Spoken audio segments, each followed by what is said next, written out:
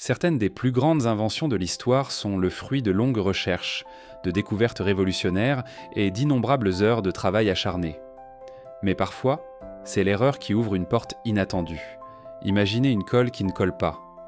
Pas très utile, n'est-ce pas? Pourtant, cette simple erreur a donné naissance à l'une des inventions les plus populaires du XXe siècle, le post-it. Aujourd'hui, nous allons découvrir comment ce petit carré de papier jaune que vous utilisez peut-être en ce moment même est devenu une révolution mondiale. Préparez-vous car cette histoire montre qu'un échec peut parfois devenir une opportunité incroyable. Nous sommes en 1968 dans les laboratoires de 3M, une entreprise américaine bien connue pour ses innovations industrielles. C'est ici qu'un chimiste nommé Spencer Silver travaille sur un projet ambitieux. Sa mission ? Créer un nouvel adhésif ultra résistant, capable de concurrencer les meilleures colles du marché. Il imagine une formule révolutionnaire qui pourrait transformer l'industrie. Mais les choses ne se passent pas comme prévu. Au lieu d'une colle puissante, Spencer crée une substance étrange. Elle adhère aux surfaces, oui, mais pas assez. Elle colle juste assez pour tenir, mais peut être retirée sans effort et sans laisser de traces. Pour beaucoup, cette découverte aurait été un échec. Mais Spencer, lui, voit les choses autrement. Il est convaincu que cette colle unique peut avoir un avenir, même s'il n'a aucune idée de ce qu'il pourrait en faire. Pendant plusieurs années, il présente son invention à ses collègues et aux dirigeants de 3M, mais personne n'y voit une réelle utilité.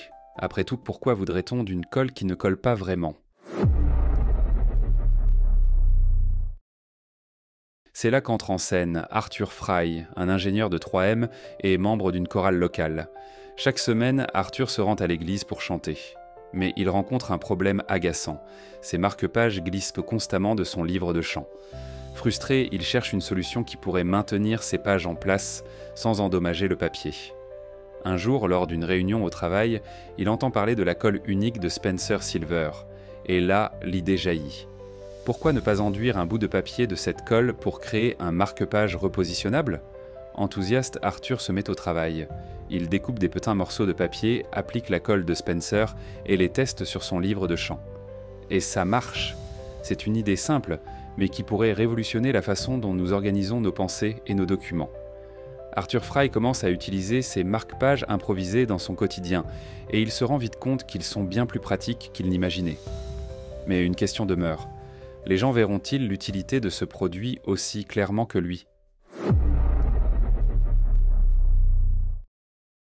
Lorsque Frey présente son idée aux dirigeants de 3M, il décide de tester le produit sur le marché.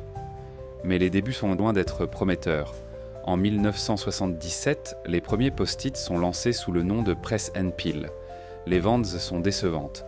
Les consommateurs ne comprennent pas pourquoi ils auraient tant besoin de ce produit. Cependant, l'équipe de 3M refuse d'abandonner. Ils lancent une campagne marketing audacieuse en distribuant des échantillons gratuits dans des bureaux aux États-Unis. Et là, c'est le déclic. Les employés de bureau, les secrétaires et même les cadres supérieurs tombent sous le charme de ces petits papiers repositionnables. Les retours sont enthousiastes et les ventes explosent. En 1980, le post-it tel que nous le connaissons est lancé à grande échelle et le succès est immédiat. Aujourd'hui, plus de 50 milliards de post-it sont vendus chaque année dans plus de 150 pays. Mais au-delà des chiffres, le post-it est devenu bien plus qu'un simple accessoire de bureau. Il est devenu un symbole d'organisation, de créativité et même d'innovation. Les post-it sont utilisés pour planifier des projets, brainstormer des idées ou laisser des messages personnels. Ils sont devenus un outil indispensable dans des secteurs aussi variés que l'éducation, la médecine et même l'art.